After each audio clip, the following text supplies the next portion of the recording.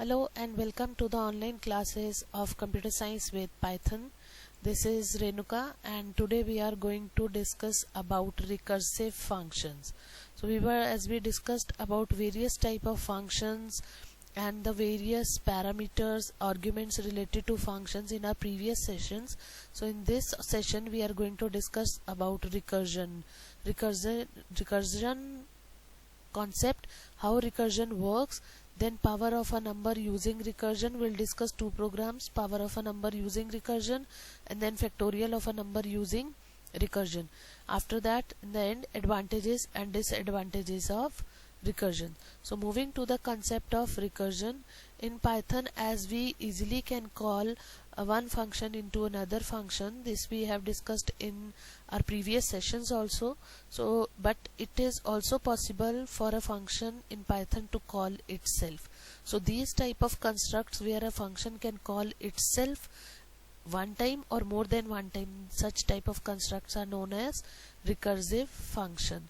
So all recursive functions share one common structure, and that common structure include two parts, base case and recursive case. Why there is base case? So as we are calling the function within a function, then without any condition, what will happen?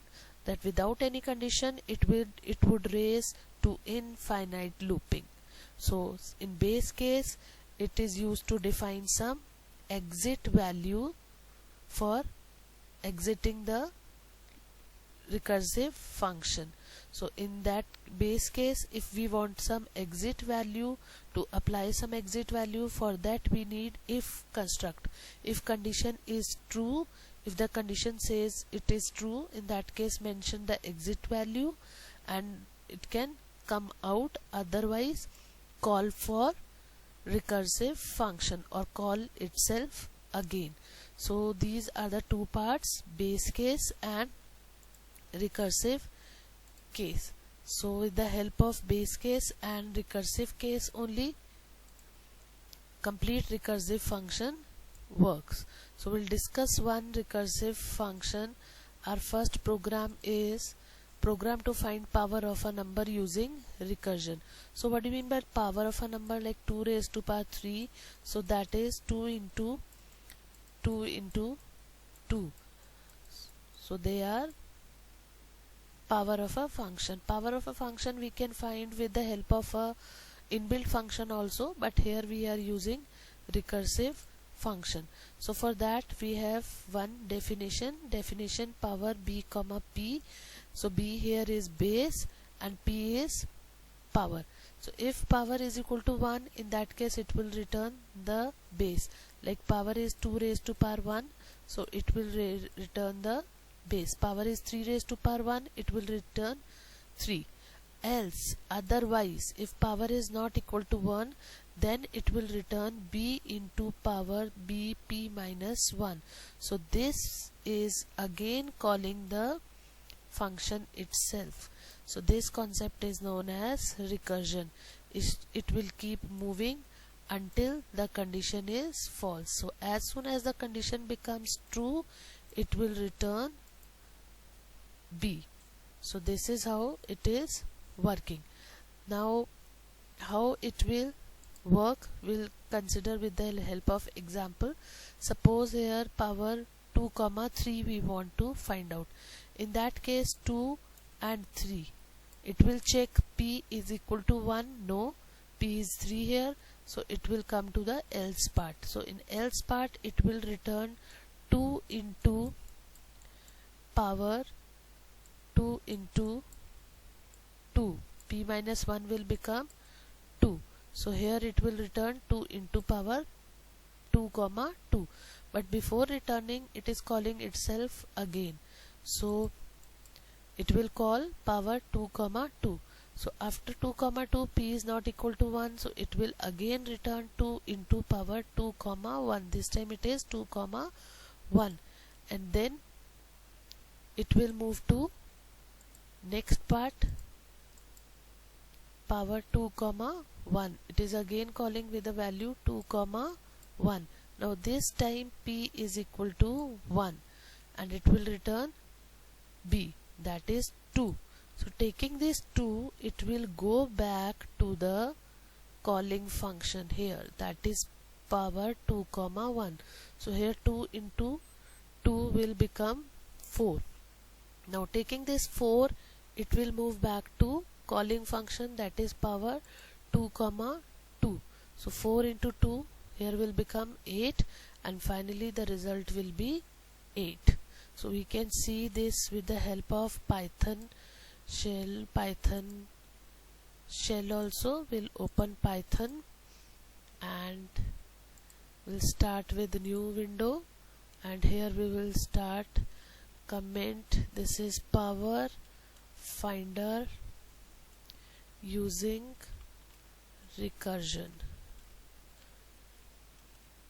So we will define power, and here base comma power p, and here we will check if base, we will check power, or base we will check power. If power equals to 1, then return base, else we have to return base into power base comma p minus 1. So this we have to return. Now we are calling the function power with values 2 comma 3. Now before executing, we will first save it in any drive you wish. Give the name also I'm giving power.py and saving it. It is saved now. Now execute. It is showing nothing. Why it is not showing nothing? Because after taking the return statement, we are not printing it. So to see the result, we have to first print this statement.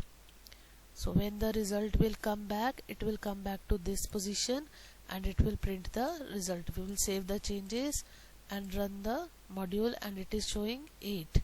So any message you can also print that power of this is 8. So this type function can be executed using recursive function. So moving to next part, next program is to find the factorial of a number using recursion. So as we have discussed in our previous session, that factorial is 5 into 4 into 3 into 2 into 1 if the number is 5. If the number is 3, then it is 3 into 2 into 1. So likewise we can find the factorial of any number, but this time we are finding the factorial with recursive function. So how it will work? So before that we will see the program. So here it is, if number is equal to 1, then return n, else return n into fact n minus 1. So if number is 1, it will return 1, otherwise it will return number into calling itself. Suppose number is 3, then it will call fact and 3, or fact 2, 1 less. So again it will call itself. So here definition will be there. Here one line is missing. It is definition and it is fact and n. So before this statement it is not possible to run. So first we will see how to execute this program on Python prompt, then we will understand it with the help of flowchart. So we are going to open a new window and we are finding factorial using, we can add this as a comment, factorial using recursion, and definition of function factorial, and parameter is num. Now if num double equals to 1, then what we have to return num, or else before else we have to mention colon, else return, what to return, num into fact num minus 1. So that is recursion. And then we will call this function print statement. We will give to see the result fact, suppose 3. We are saying 3, so saving this with name in any drive you can save, and then fact.py, and then save. So it is already there, so we can change the name. We can change the name with fact1 and saved. Now see the result, and the factorial of 3 is 6, or we can type here the message that factorial of a number is 6. So this is how it will work. So here also how it will work, fact5 will call fact5 and it will return 5 into fact4, and fact4 itself calling fact function, but this time it is returning the value 4 because number is 4 into fact3, because what was our last statement, n into fact n minus 1. Now this is again calling fact with the value 3, so returning 3 into fact 2, again 2 into fact 1. Now fact 1 is what? If number is 1, then we have to return the number, that is 1. So it will take a value and move to the calling part, that is here 2 into 1 is 2. Again take 2 and move to the calling part, that is here, and it will say 3 into 2 6. So this time 6 it is taking back here, and 4 into 6 is 24. 24 taking back and moving here, so 5 into 24 120, and this is the final result to fact 5 which we can print. So this is how moving to 1 level, moving to subprogram, and it is calling itself and then returning back with the return values. The return values, why returning back? Because the function will return the value where it was called. So that is the main concept. Now here we are further modifying the program a little bit, that we are checking whether the number is negative or 0. If the number is negative, in that case factorial does not exist. If the number is 0, in that case factorial of 0 is always 1, else we can call the fact number. From here it will move here with the value n. So this is how it can proceed, means fact 3, if finding fact 3, then it will say 3 into fact 2, then fact 2 itself will say 2 into fact 1, fact 1 will return 1, and it will become 2 into 1, 2 into 1 will be returned back here, and it will say 3 into 2, that is 6, and finally 6 will be returned here as a factorial of 3.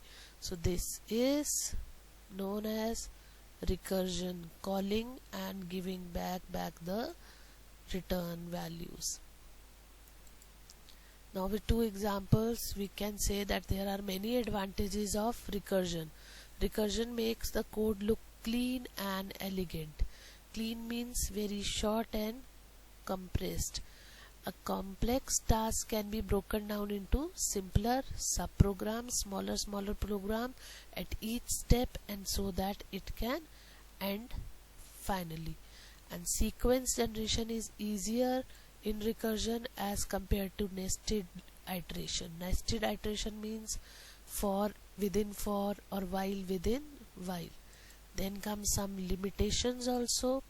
Not always advantages are there, few technical limitations also, that the logic behind recursion is somehow hard to follow. Hard to follow because you have to trace out the flow of control and the return statements. Then recursion is expensive. How it is expensive? Because it is costing a lot of memory. Each function call needs memory, and this is how lot of memory is consumed and time also. Recursive functions are hard to debug because they are calling themselves in themselves, and so it is very hard to find out where the actual error is. So error and removing of error is little bit hard in recursive function. So this is what about recursion. So main two concepts you have to keep in mind, that recursion is calling itself. Every recursive function must have a base case with a exit value and then the recursive statement. So with that you can design any type of recursive program. So let's practice these MCQs to just brush up your concepts. And in this question, third question, you have to check the complete the code, factorial code we studied in the program. Also you have to fill up this with the help of MCQ. A, B, C, D, any one option will be correct. Fourth question, you have to find out the output. So here test condition, test is the recursive function. So hint for you, you have to start from here and then call the function with value 4 and 7 and then come to this recursive call. Again you have to go back here with change values until I is 0, and after that you can find out the answer and of these 4 options. Similar way you have to find out the output of this function. It is a little bit tricky function because it is having function within function. One parameter itself is function call. So you have to be careful, starting from here, move here, and out of these any 4 answers, find out the correct one. So all the best for your practice exercise. Please, thank you, and please do like, share, subscribe the channel and wait for the further videos. Bye bye.